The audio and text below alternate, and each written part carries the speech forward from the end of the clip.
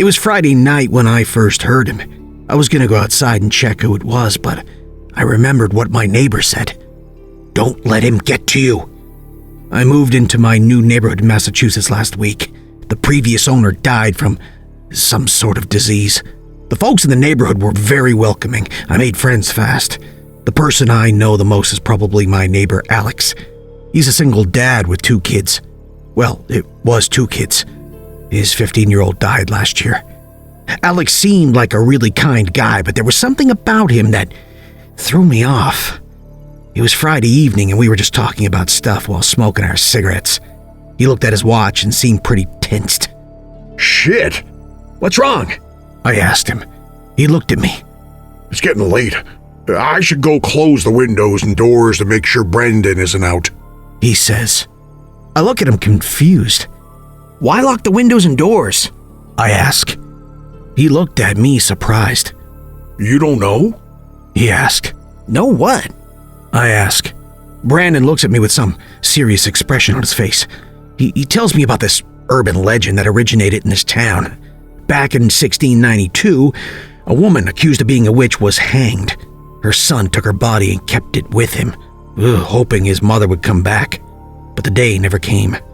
The boy was found a year later, rotted. His skin had holes all over him with bugs coming out of them. His body was fed to the dogs. Ever since that night, the people in the neighborhood have been hearing the voice of a kid calling out to them. Whenever a person leaves his house to see who's making that noise, they succumb to a painful death. I chuckle. Alex looked at me quite angry. You don't believe me? He asks. I look at him, trying not to laugh. Sure, I believe you, I say. Look, I'm being serious. Whatever that thing is out there, it's gonna kill you if you go out of your house when you hear it. Just lock your windows and doors, please, he says. So when's this thing coming out? I say, holding my laugh. I always hear it at 11:32. So do other people here, he says. All right, if this is a prank, fuck you, I say. Alex stands up and looks at me. Don't let him get to you. He walks back towards his house. It was Friday and I was on the bed. I was watching YouTube and that's when I heard a kid saying something outside. I go towards my window and I look outside. I see like a 7-year-old kid walking through the street saying something inaudible. I remember what Alex says and I lock my doors and windows. When I get back to the window, he's already at the end of the street. He turns back. Well, his neck twists around. I wouldn't call myself brave, but I thought it was a joke. I wave to the kid. He sees my wave and waves back with his neck still twisted backwards. And then he laughs.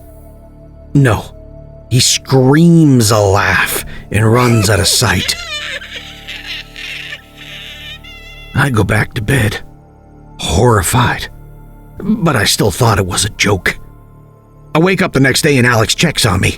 Alex leaves his kid at some daycare close by and we just spend the whole day together.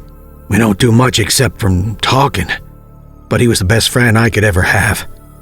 He was talking to me about Brandon and how much of a good son he was. Well, I'm sure if wherever Paul is, he's happy for having you as a dad, I say. He looks at me. I see joy as well as sadness in his eyes. That thing took Paul. I look at Alex. What the fuck? I say. Paul was more of the adventurous sort of kid. He was awake one day and I forgot to lock his window and that thing, it came inside, he says. I believed Alex, but I didn't believe in urban legends. I cheered up Alex a bit. When it was 7, we headed home. It was 11:32 and I was watching TV. That's when I heard the voice. I ignored it. The voice became louder, then it stops abruptly. I turn off the TV and I walk towards the bed. I open the bedroom door and the window is open. I forgot to lock the windows and the doors. I turn around, feeling someone or something watching me. I walk towards the kitchen where I see the silhouette of a boy. I flick the light switch and I see that thing. Its smile, stretching from ear to ear. Its eyes completely white and its skin with holes all over it. Bugs oozing out. I almost vomit. But the thing jumps on me. I have no idea what's going on. I shout for help, but nothing comes out of my mouth. The thing keeps laughing, and when I look at it, all I see is a demon. The bugs from its body began slipping on me. I want to scream, but I can't. I can't even move, and I'm stuck in one place. The thing looks at me, and a 2-foot-long tongue comes out of its mouth. It tries to force its tongue down my mouth. I try to shut my mouth, but I fail. The thing begins to change. Its arms become longer, and its spine cutting through the skin. I try to hit its head, but when I hit it, bugs fall out of the holes. I feel immeasurable pain from my body, but I couldn't tell where its source was from. The thing still had its tongue in my mouth. The pain from my mouth was so much, I passed out. I woke up today, surrounded in a pool of blood. Pain was still there, but it was more. I take off my clothes and I check my body. I look at my right hand and something moves inside. I take a knife and cut my hand open. I felt so much pain. So much pain. I couldn't feel any more pain. Something black crawls out of my hand. It was a big-ass spider. I puke and blood comes out along with yesterday's dinner. As I type this, my right hand is still bleeding, but not to the extent I would die. My left hand has small circles all over, and the skin is decomposing. My face is slowly growing holes. Sometimes bugs ooze out with a liquid jelly-like substance. My whole body pains.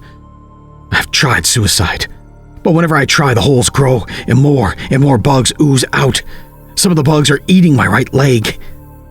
It pains and I need help, but everyone in my neighborhood knows what happened, and they know my faith. I hope you don't make the same mistake as me. Lock your doors and windows and don't let him get you.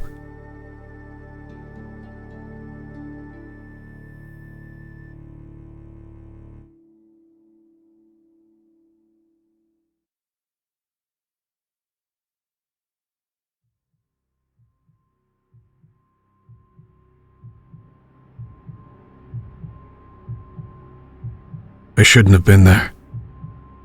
My friend was supposed to be alone. 3 years have passed since that night, but I'll try to tell you what happened, as far as I know. Earlier that day, my friend's parents had left for a weekend vacation. She was alone in the house. I offered to come over and keep her company. I arrived around 8 p.m. and we spent the night chatting, watching TV in her bedroom. Time passed so quickly that, before we knew it, it was midnight. That's when everything got weird. We began to hear strange noises outside her bedroom. At first we thought it was just the house settling, but then we stopped talking and listened. There were soft footsteps coming up the stairs. "Do you think your parents have come back?" I asked.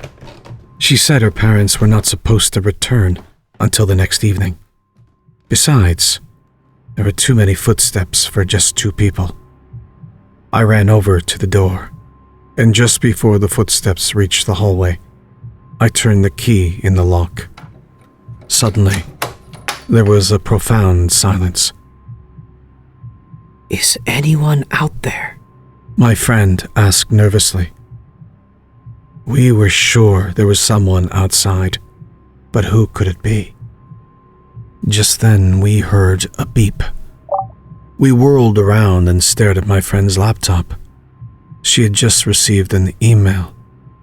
She opened it. The sender was unrecognizable, just a random combination of numbers and letters. When we read the message, It sent a chill down our spines. Whatever happens, do not open the door.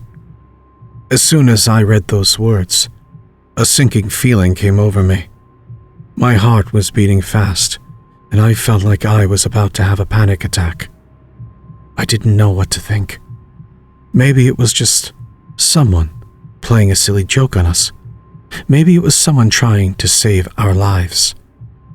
Now we knew there was someone out there, behind the door. Suddenly, we heard a voice. It sounded like my friend's mother. Please, open the door. Your father and I were in a car accident. We are badly hurt. Please open the door and help us. When she heard this, my friend stared at me wide-eyed. I can still remember the expression on her face. She was in shock. Neither of us knew what to do. Please open the door. A male voice pleaded. We need your help. It sounded just like her father. My friend and I just stood there for a few seconds, frozen to the spot. Then, she started walking towards the door. I grabbed her by the arm and held her back. She turned slowly to me and said, It's my parents. They need help. I'm gonna open the door. What about the email? I hissed through gritted teeth. What if it's true? What if they're not your parents? Nonsense. She said. You heard them. Those were the voices of my parents. Before I could do anything, she struggled out of my grasp and walked towards the door. I still didn't know what made me do it. Maybe it was sheer terror. The only thing I could think to do was run to the closet and hide. I didn't know what was going to happen, but I was frightened out of my wits. What I heard then, I will never be able to forget. To this day, I have nightmares about it. My friend opened the door, and all I could hear were her screams. They were blood-curdling screams, filled with pain and terror. I couldn't help her. All I could do was cower in the closet, keeping perfectly still, praying that I wouldn't be found. I don't know how long I stayed there. Could have been hours. By the time I felt safe enough to come out, it was morning. The bedroom was empty, and the door was open. My friend was nowhere to be found. I ran all the way home and called her parents. When I managed to reach them, they told me they were still on vacation. I told them what happened the night before, and they immediately called the police. They searched for days, but they never found my friend. I doubt they ever will. I don't know what happened that night.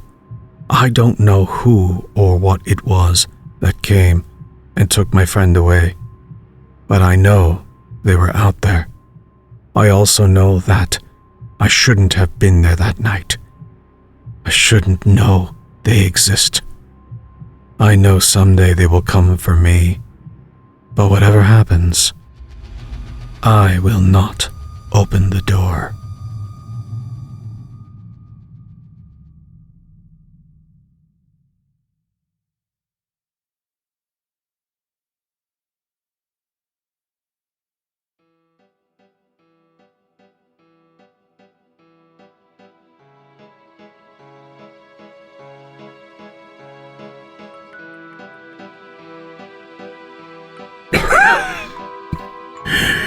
I'm not old in age, but in my bones and soul, I've lived a life full of dark laughter, pained howls, waking each morning, fighting off the last night's drunk. I stumble to my washroom to clean last night's vomit off my face. I stare into my own eyes, only to see the pure hatred for myself and what I've become. After I wash, I throw myself back into my work. Walking to my basement, I can hear the soft breathing of last night's prey. Walking my way to it, a slight smile finds my lips. Chained to the floor, she lays there, sleeping a fitful slumber. Rubbing my eyes, I sigh, knowing what I must do. I walk to my camera, turning it on and making sure it's streaming to the laptop I've set up next to it. Rolling my shoulders, I steady myself. I turn the overhead light on and walk in front of the lens. In a rough voice, I say, "Welcome one and all to my red room. I see some new viewers have showed today. I welcome you. Any and all bids are final. Please, remember, I have the final say on how it ends. Be sure to enjoy the show." Reading the bids, I see today's most wanted. My least favorite. This meant I'd be in front of the camera longer than usual. Walking to the table, I point to each blade laid out. Watch the screen to see who gets the highest bid. Of course, it was the large butcher knives covered in blood and rust. Sighing, I pick it up and think, why couldn't it be the scalpel? Quicker and easier that way, but this is what they paid for. I make my way to the girl who's starting to wake. Grabbing her arm, I stand her and face her to the camera. I use my fingers to force a smile on her face. Fully awake, she goes to scream, with no luck, for I close my hand around her mouth, shaking my head at her. Small whimper leaves her lips as I let her mouth go. Pulling a chair close, I sit her down, her eyes never leaving me as I walk back to the screen to see what is wanted first. There it was, as always. Give her the smile. So that's what I do. I quickly turn to her, and I take the knife, carving her ear to ear, making a beautiful smile. She screams out in pain. I feel a giggle rise in my throat. Going back to the screen, I see that all the bids are on the makeup. A sinister smile flies across my face as I reach for my bag. I start applying the makeup nice and slow. As I dance around, my prey's blood splashes on the floor, painting my face all white, then using black to outline my eyes, drawing a large obscure smile on my face. I then reach down with my finger, rubbing them in her blood to fill the outline smile, completing my look. Turning to the camera, I began to giggle, asking if my crowd was ready for the show to really start. Comments and bids began to fill my screen. A form of excitement ran through my body that caused me to shudder. Taking a breath in, I went back to work. I went to carving her up, just like the highest bidder said to. Not caring about a word or screams. This one was different. I wanted her to be loud, so that all the people around her could hear her and feel her pain. I still gained joy from it, like all the others. But something about her caused me not to care about what might happen. After what felt like hours of mutilating her body, she fell limp to the floor, dead. I smile and I turn to the camera, shaking my head, saying how she just couldn't handle all the fun we were having. I placed the knife I had in my hand on the table, and I ask if they all want to see one more trick.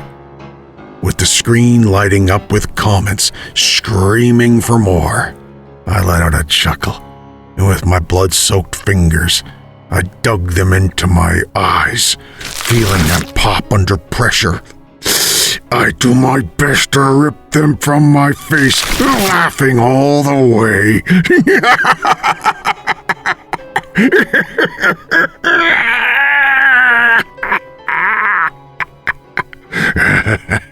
Hands falling to my side, I let what was left of my ruined eyes fall to the floor. Reaching out to the table blindly, searching for any knife, I pick up what felt to be the one I carved my friend up with. I turned my head to where I believed the camera to be, and I say, let's just have one more hellish smile as I start to carve my own face.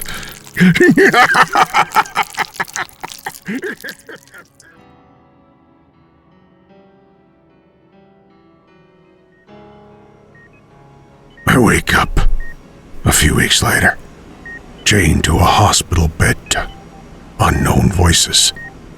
I try to speak, but unable to due to the damage I did to my own face. Giggling to myself, I reach up, tracing the wounds I inflicted to my own face. I hear a voice saying that I was awake, and the room went quiet. Someone found out that my neighbors had called the cops after hearing screams coming from my house. Once they arrived kicking the door in, they searched my home, finding the girl's dead body in the basement and me lying next to her, covered in not only her blood but mine as well. They told me that they found my laptop still streaming to my bedroom, and comments and bids still pouring in. Seeing this, they did what they could to keep the stream up to find those that were part of it. Finding that I was still alive, it didn't take long for them to get me to the hospital to fix me up, to put me on trial for my past deeds. Didn't take long for the court to find me guilty, charging me with multiple abductions and murders, sentencing me to death. Hearing this brought me so much joy, knowing it wouldn't be by my own hands to cause my death. For now, I wait until it comes, smiling each day it draws closer.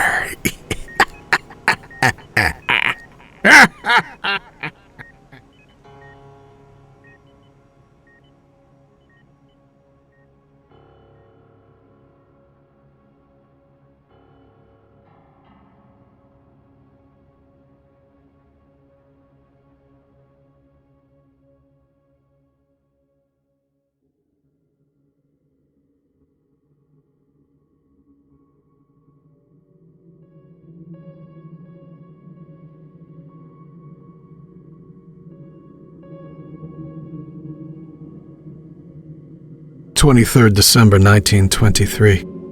Dusk had befallen camp at last.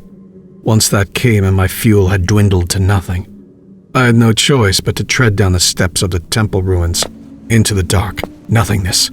That was the unknown. The desert was known for hiding forgotten things, secret civilizations of a time once thought prehistoric, but known now as the pinnacle of the ancient world.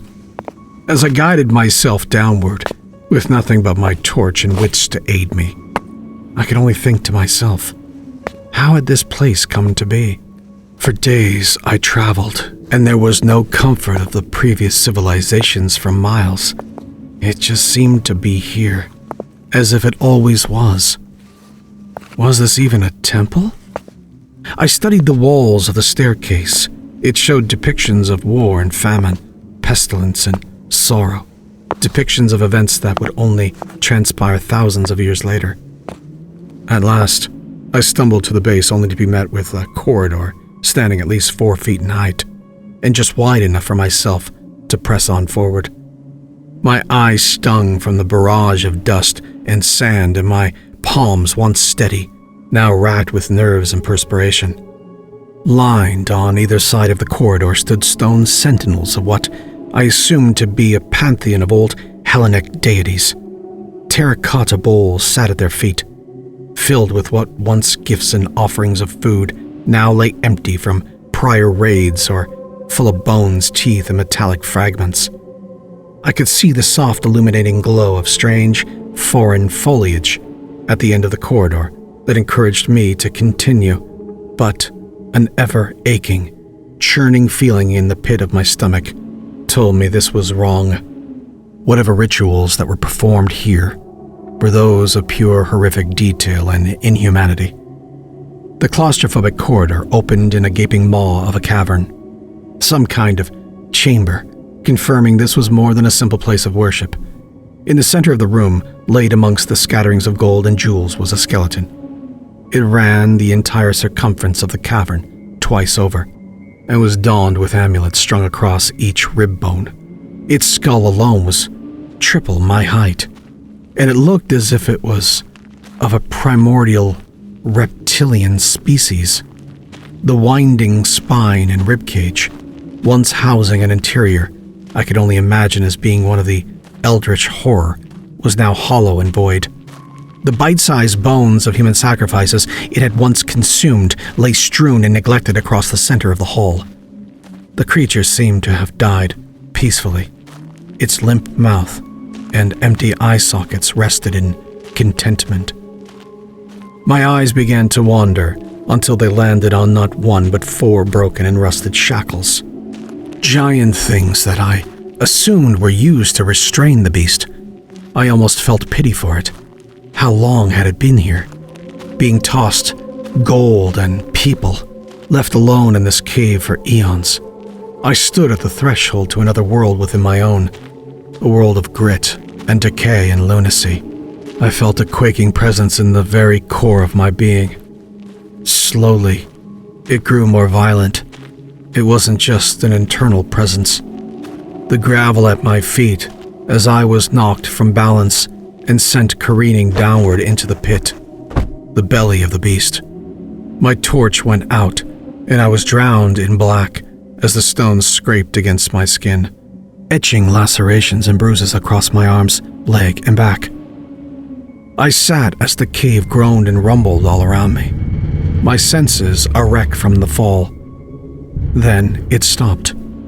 Just as suddenly as it started, the quaking just went away. Fumbling pathetically in the dark, I gripped my torch with trembling hands, and I turned it back on, and returned my attention to the behemoth that I stood feet away from. I felt as my shoe landed into something cold and wet. I snapped my head down, and was met with an ankle-deep ocean of black liquid covering the base of the cavern. It reeked of death. The cavern trembled once more, only this time with less malice. Then I saw it. Something moved. A bulging mass writhed within the eye socket.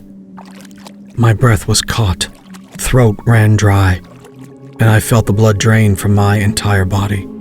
Slowly, a milky white ball rolled into view. It turned and rolled to look at me. It looked at me. I felt the abhorrent stare of the thing impale me as the great beast's great green eye turned from the back of its concave skull to greet me. As I stared back, its rusted chains, gaping maw, coiled spine, the bones of those before me, and the black shallows they drowned in, I realized this was no temple, not even a place of sacrifice. Nothing about this showed tribute to a deity. This place was a punishment, a death sentence. This place was a home to house the wicked, to house the ungodly creature from a forgotten time. This place was my tomb.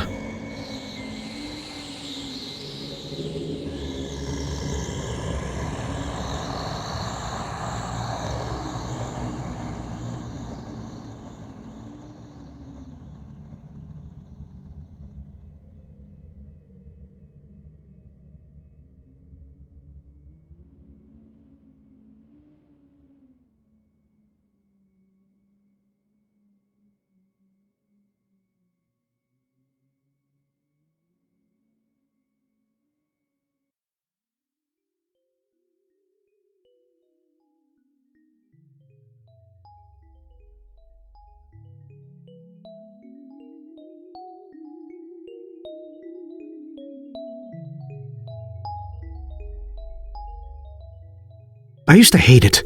Not just hate it, despise it. I loathed having my clothes soaked, and the pitter-pattering of it on the roof drove me crazy. Stepping into mud puddles was an extra annoyance, not to mention ruining what would be an otherwise bright sunny day. However, that all changed one night. I had just gotten off work, tired from a long shift. I called an Uber to pick me up. I glanced at the sky, seeing how overcast it was, hoping my ride would be here before the rain came down. He did technically arrive after it began.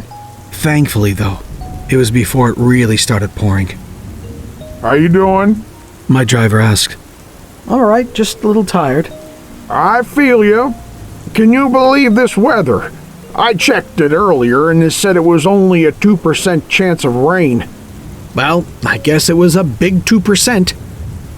You can say that again. Anyway, because of it, getting to your neighborhood will take a little longer. That's fine. Let me know when we're close. He gave me a nod and then turned forward. As he drove us out of the parking lot, I pulled up my phone to pass the time. While watching a video, I heard him say something that caught my attention. What the hell? Something wrong? Oh, it's nothing. I thought I saw something cross the street just now. I didn't get a good look at it, though. It was probably a deer. We get those sometimes around here. I looked back down at the video I was watching. Yeah, well, thing is, maybe it was only my imagination, but I could have sworn it was running upright. What now? I asked, glancing back at him. It's had to be someone crossing the street then. I'm not too sure of that. Whatever's crossing the street definitely had some antlers, or at least some horns. At this point, I considered the possibility that he was messing with me. However, seeing his nervous expression in the rearview mirror made me reconsider this. Either he happened to be a really good actor, crazy, or worst of all, there was really something out there. Although I didn't show it, I began feeling uneasy as well. But just keep driving then. We'll be in my neighborhood soon. He did as told, focusing back on the road, and there was only silence between us for the next couple of minutes. Then I got a feeling of being watched. I felt like someone's eyes were burrowing into the back of my head. I didn't want to look back. It was as though my neck was being controlled by puppet strings. Standing dead center of the road, with the rain pouring down around it, was a creature. Didn't exactly have antlers, but it didn't exactly have horns either. It's hard to explain. What I did find clear was that this thing was clearly not meant to be seen by human eyes. What saved my sanity as well as the driver's was the rain. Yes, the very thing that I despised my entire life was now the only thing shielding me from seeing this creature in its entirety. Although the rain obscured most of it, I did see some other features of it. The most striking thing about it was its eyes. It didn't only have two. It had eyes covering its entire body. They were all human-like in appearance, and each one was a different color that glowed with dim light. In them, I only saw the gaze of a hungry predator. Hey, you alright? Drive faster. He didn't reply, but instead pressed harder on the gas. I didn't need him to tell me he knew I had seen it too. The fear in his eyes made that perfectly clear. It wasn't happy with the fact that we were speeding up. I didn't understand what I was seeing at first. Then it registered to me that it was growing taller. Already being tall, it caused it to be a staggering height. Its legs weren't the only things growing. It was only then did I notice that its front legs weren't really legs at all. They were more akin to the arms of an ape. They too grew along with its fingers.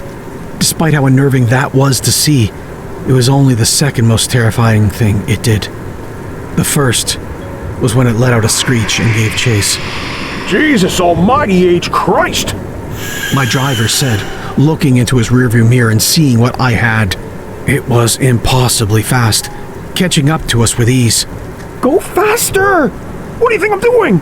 I'm already pushing past 100. We could only hope we'd reach my neighborhood before it could reach us. Unfortunately, things didn't turn out that way. I returned my gaze at the back windshield, found it was no longer on the road. I informed my driver of this. Maybe it gave... Oh, shit! He yelled. It had gotten in front of us. He slammed on his brakes. trying to stop, and presumably about to make a sharp U-turn. It didn't give him the chance. Its arm shot forward, seizing his car by the sides, flipping it with ease. We screamed as we went into the air for a moment and then fell onto the road on its roof, resulting in the window shattering. I remember my teeth chattering on impact. I'm lucky that I didn't end up biting my own tongue off. What wasn't lucky is the fact that the various shards of glass were now sticking into my ribs and chest. That, coupled with the fact that I'd hit my head, was causing me to rapidly lose consciousness. My driver was still conscious as it approached the vehicle. Having gotten closer to us, it had become more visible even through the rain. I thought my mind would break at that moment, but by some miracle, a gust of wind blew some rain into my eyes, blurring them. Through my now limited vision, I met out one of its arms going into my driver's window, grabbing him, then yanking him out, screaming. His other arm stretched towards me, and that's when I finally passed out. I woke up later in the hospital. The doctors told me it was a wonder I was still alive. As it turned out, we were close enough to my neighborhood for what some of my neighbors thought was a car wreck. I'm thankful to them for calling an ambulance and to the paramedics who got me to the hospital.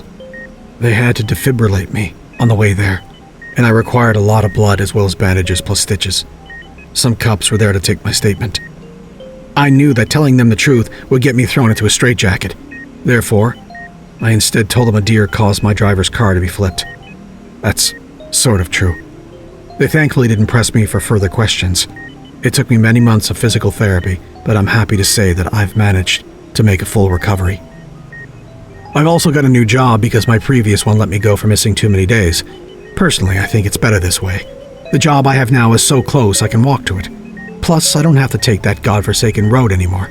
Speaking of which, my experience isn't an isolated incident. Since then, which was over 2 years ago, a number of accidents and disappearances have occurred along that road. Due to this, the road had been condemned. I'm not sure when it appeared, or if it's always been there.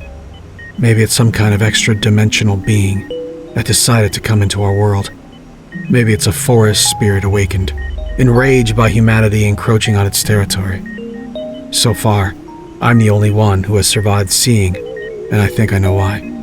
The answer is something I try not to think about for the sake of my mental health. I believe the reason it didn't take me was because technically, I had been dead.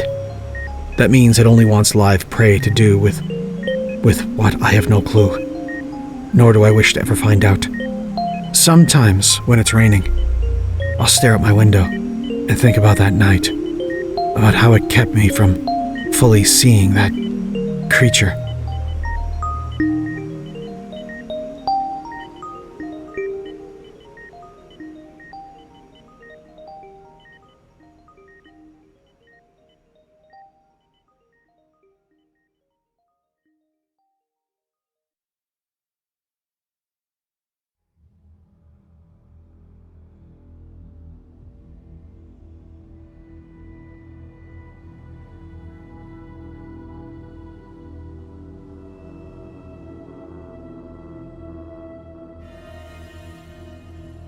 My best friend told me this story a few days ago. This is from his point of view. Most people wouldn't consider crows as the most comforting birds. Well, they aren't the most elegant of birds anyhow. Also, most people don't like their loud crying either. But to me and my wife, they are our lifesavers and protectors. I wasn't always fond of these birds either. But sometimes life finds ways to change your opinion. Me and my wife are both from the same hillside town. People were mainly farmers. They were hardworking and many would say very generous. My high school sweetheart, my wife, and I were both 16 at the time.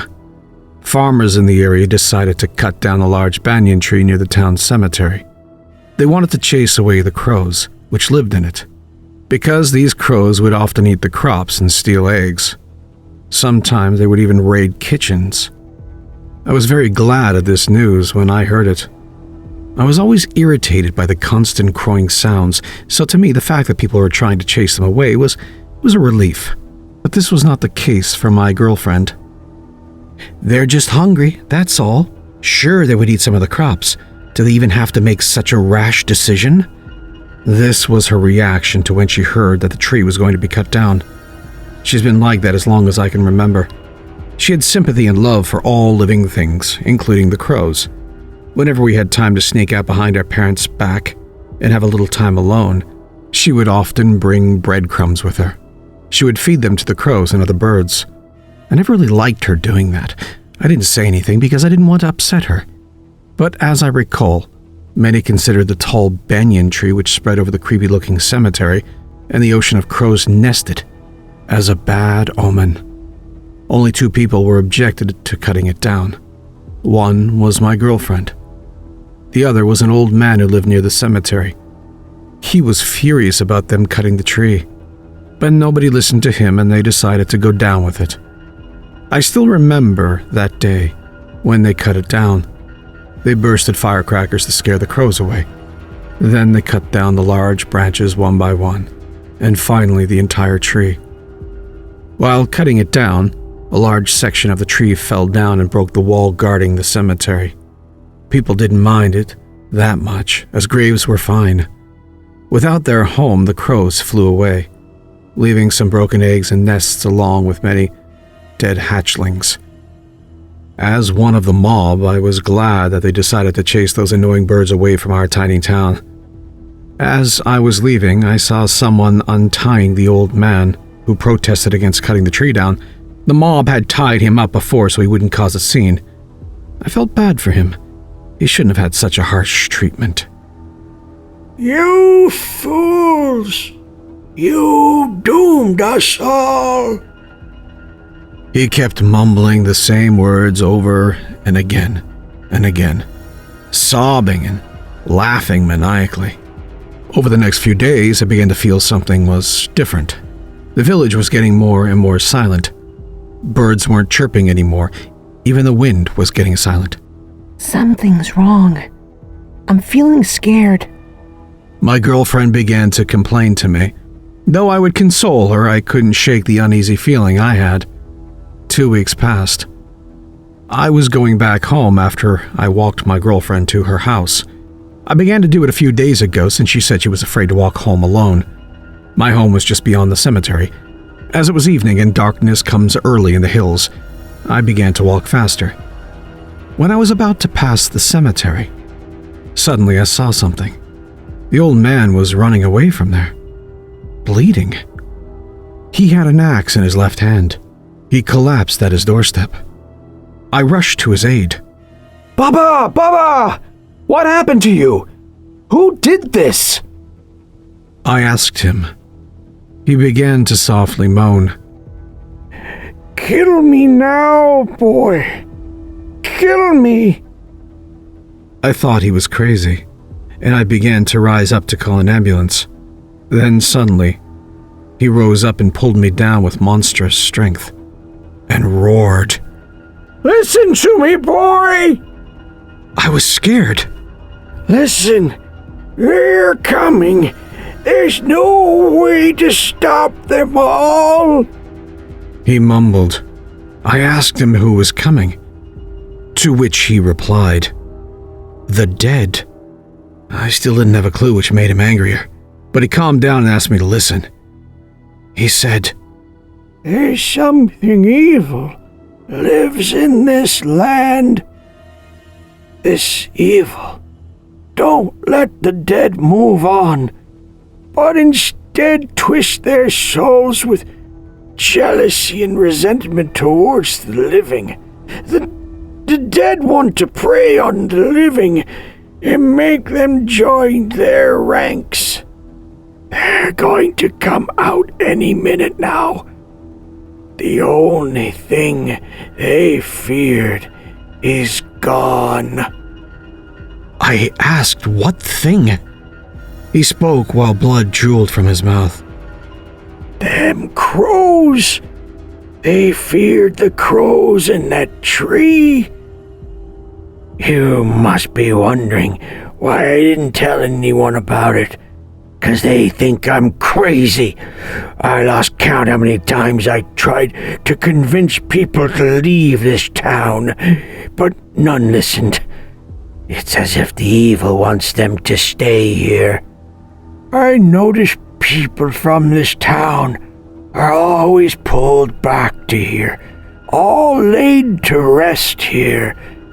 But because of the crows, they stayed dormant.